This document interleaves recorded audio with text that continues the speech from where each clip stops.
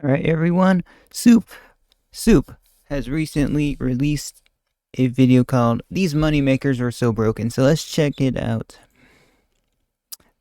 Since coming out 10 years, years old school RuneScape is specific, but it seems to be. ago, old school RuneScape has had its fair share of money-making methods. Some of them fade into obscurity. What he was showing right there was the top moneymakers in the game right now.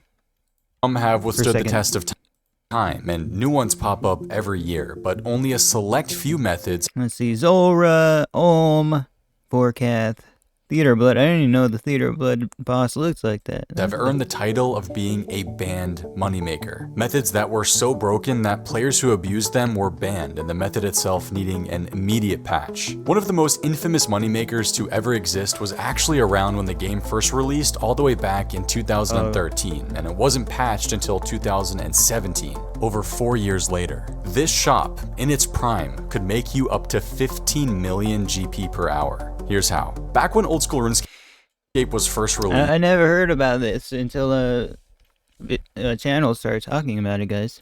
You were only able to complete a single achievement diary, the Karamja diary, and for completing the different diary tiers, you'd be rewarded with a different type of Karamja glove. These Karamja gloves had a perk which gave you access to the greatest moneymaker in the game, a buffed version of the Karamja general store. If you had your Karamja gloves equipped, I just gotta say that they're gonna sell items to the store, right? But that sounds like that would hurt my wrist, bro. I have like a weak wrist, man. I've done so much like repetitive Nightmare Zone that I just I couldn't do it, man. I couldn't do it. the shop would buy the items you sell to it for 70% of their value. For example, if you purchased a pair of rune plate legs for 41,000 GP, you could then sell those plate legs to the shop for 1.75 times their low alchemy. You know, we were watching the Chessie 018 thing, and man, she was making so much more compared to this. You're selling this for like a small margin here, maybe 10%. The low alch price of rune plate legs is 25,600 GP, so multiply that by 1.75 and you get 44,800 GP. Yep, 10% extra profit. A 3.8k profit. Players would stack thousands of items in their inventory that they could then sell to the shop for profit. Some notable ones being rune 2Hs, rune plate skirts and plate legs, dragon plate legs, battle staves, onyx bolts, and more. But hey, when the game first released, if you're making that much money and you're putting it into the game, because yeah, gold is worth a lot, like less, or a lot more rather, in terms of you know, spending value, because like the third age pickaxe, people were not, it was just 300 mil. Now it's like 5 bill. So because of the abundance of gold, it just has skyrocketed the price. Having all of these items noted in your inventory and then selling usually one of the more expensive items and 5 of the less expensive ones could profit you around 45,000 GP per world. And with Windows mouse key setup, which a lot of people were using back in the day, that 45,000 GP profit could be done in seconds. The money you can make off of this was greatly accelerated when the Grand Exchange came out in 2015. Whoa, how'd you get that shot? That's cool, man. Wait.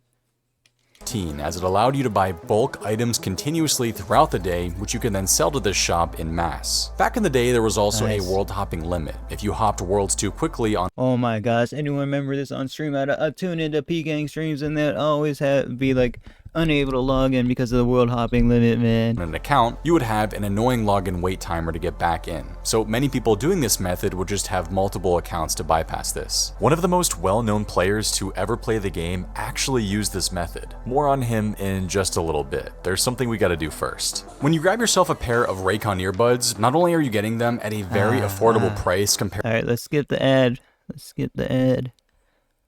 Here we go. SoupRS, you can get 15% offer. XP in every skill. Rank 1 has actually quit the game now, guys. As soon as he got rank 1, he quit. Rank 2 plays and streams very consistently though. that doing this money-making method was a guaranteed 40 to 50 million GP profit every day for a few hours worth of work. Depending on how many other players were doing this at the same time, or if bots were involved, this method would range between 8 to 15 million GP an hour. I know some of you have never made that much money in your entire RuneScape career, so this method was insane. Lynx Titan actually predicted the nerfing of this method, as he claimed 5 to 800 million GP was coming into the game daily, which caused huge inflation problems. He was right. Jagex initially tried to limit the abuse of this by requiring the use of Karamja Gloves 3, the hard tier reward from the Karamja Diary, but it didn't really do much, and eventually on May 25th, 2017, the method was...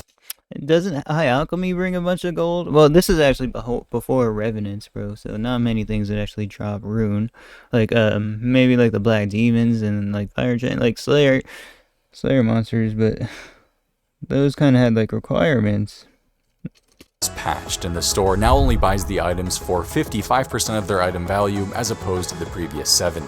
Just like that, one of the greatest ever moneymakers was banned.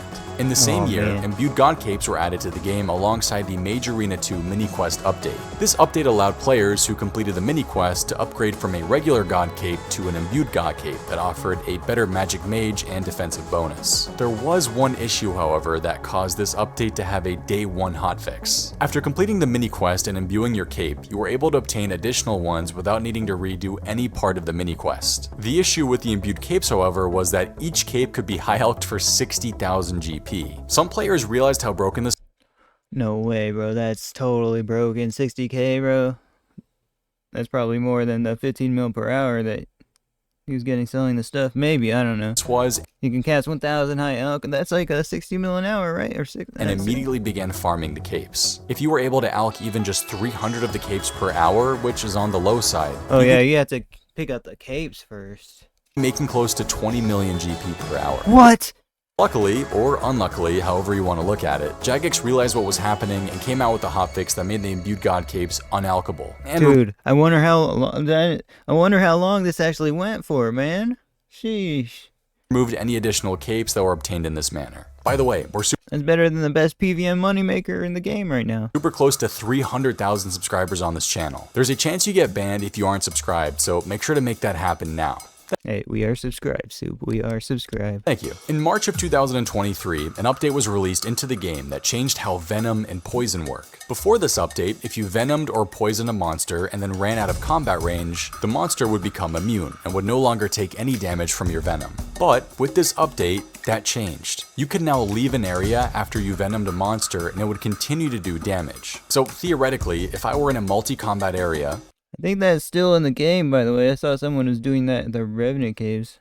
I could venom every monster there, leave, and when I come back after waiting a bit, all the monsters would be dead since the venom was slowly killing them, even though I wasn't in the area. As you can imagine, in the high risk world, but I couldn't catch him. Imagine this opened up a lot of possibilities to make some crazy money. The most popular method was to equip a blowpipe and a serpentine helm and run around the Tsar area, tagging every single Tsar monster they saw. Equipping the blowpipe and serp helm meant that you had a 100% chance to venom a monster, as long as you hit them for above 1 damage. Genius plan. There are hundreds of Tsar monsters in the Tsar area, almost all of which have a chance to drop Tsar weapons. Things like the Obsidian Cape, Obby Shield, Obby Sword, Obby Maul, and Obby Staff, all worth hundreds of thousands of GP each. The method was to just run around the city and tag every monster you could with your blowpipe. If you needed more prayer or more run energy, you could just teleport back to your house, use your rejuvenation pool, use the fairy ring to get back to the city, and repeat the process. With this method, you could get around 1,500 Tsar kills an hour, a kill every 20 to 25 seconds or so. Because of this, it became very easy to farm the Tsar items and the Tokkul, which would automatically be collected for you if you wore a Ring of Wealth. This method would make players at least 1 million GP per hour, and if you...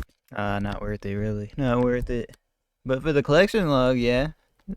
got lucky, up to 2.5 Can't you cannon over there? mil, and that was just on SARS. Other places where you could venom multiple monsters at once in a multi-area like lava dragons, abyssal demons, and more were abused as well. Not long after some videos and posts came out, the method was patched. The venom timer will now only reset after 54 seconds of being out of combat. But for the time sad. it was out, a lot of collection log slots were obtained, which undoubtedly made a lot of players happy. But did it make other players as happy as when you could abuse a broken mechanic and the Taibowane cleanup minigame to make millions of GP an hour? For most people, the Taibowane cleanup minigame is no fun. It's slow, repetitive, and annoying. Most Nobody players does only do it that. to complete the Nobody does that.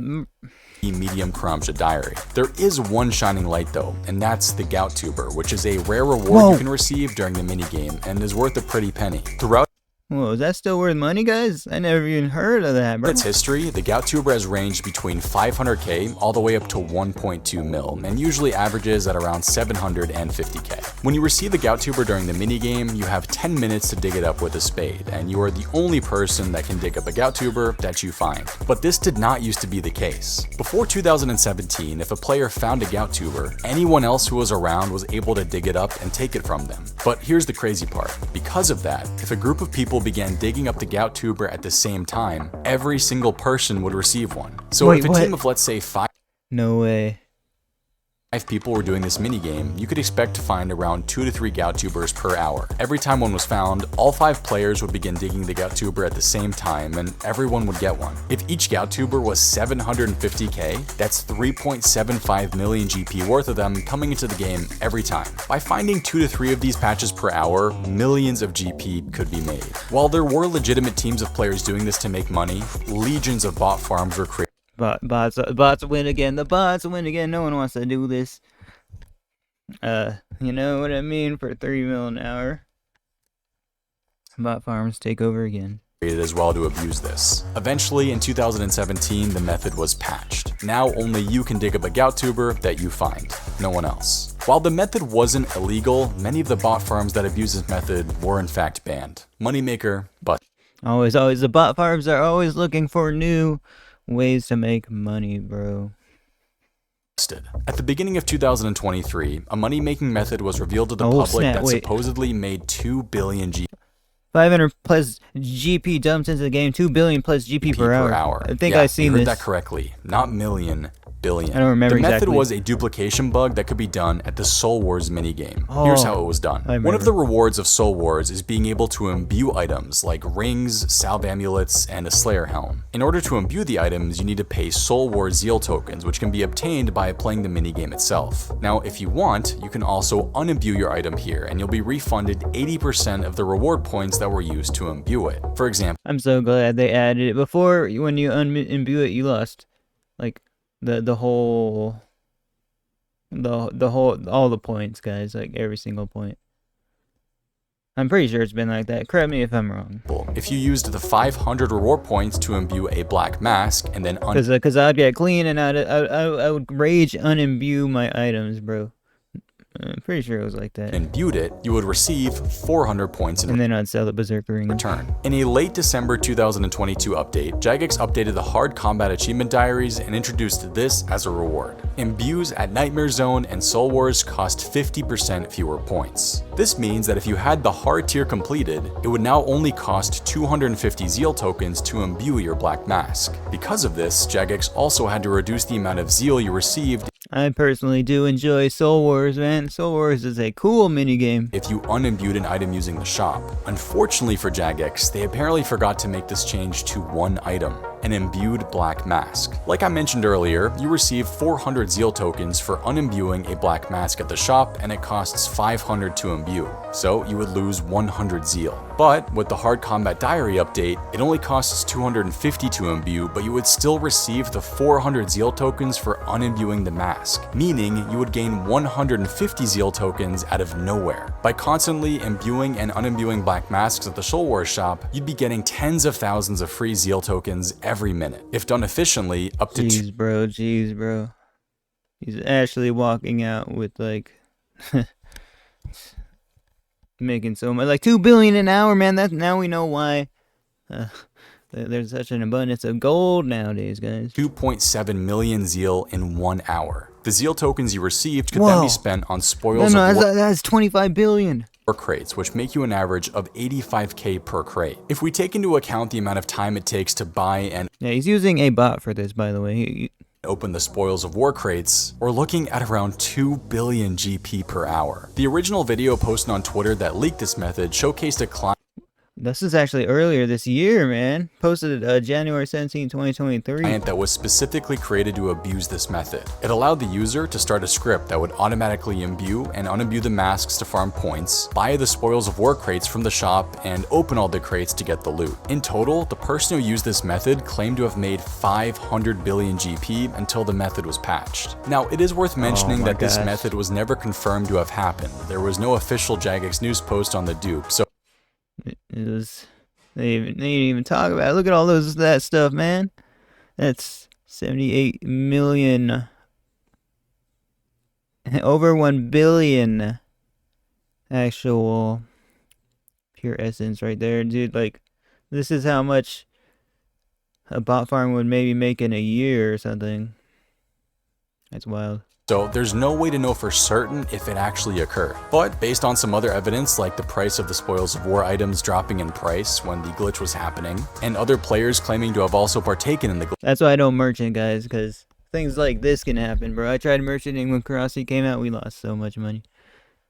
By the way, if you have a Void Waker, it's probably gonna keep crashing in price because it is an expensive item. I'd say there's a good chance that this actually happened. The method itself was possible to do, and with an exploit like that, there's always going to be somebody who abuses it, especially when there's hundreds of billions of GP to be made. I've got some honorable mentions I wanted to throw out there as well. One of my favorite ever exploits involved my absolutely favorite set of armor in the game, the Dagonai robes. Now, this glitch happened back— Oh, now they're coming for Dagonai, man.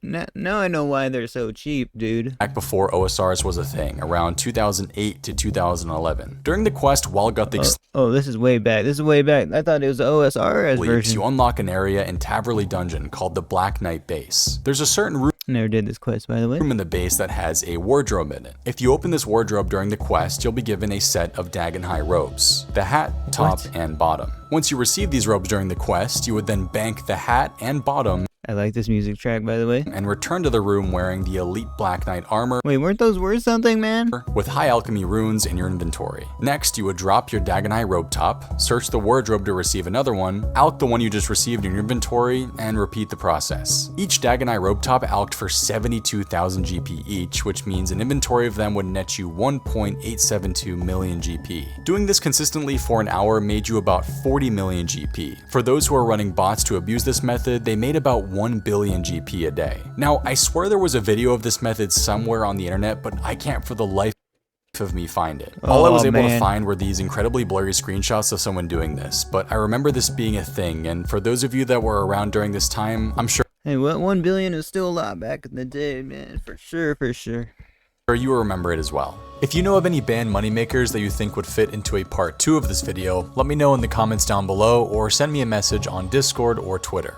Very nice video, Soup. And thank you for watching, guys. I'll see you guys in the next video. Awesome video, man. Really upping the quality. I didn't know he uploaded videos like this. I remember when he first started out, and they're like Iron Man progress videos, so that's very cool. Maybe we can get up to like an you know, making videos like this in the future, guys. I didn't know he can actually plug his Patreon here as well. That's cool. That's cool. Alright, guys, link in the description for the video. I'll see you guys in the next one. Peace out.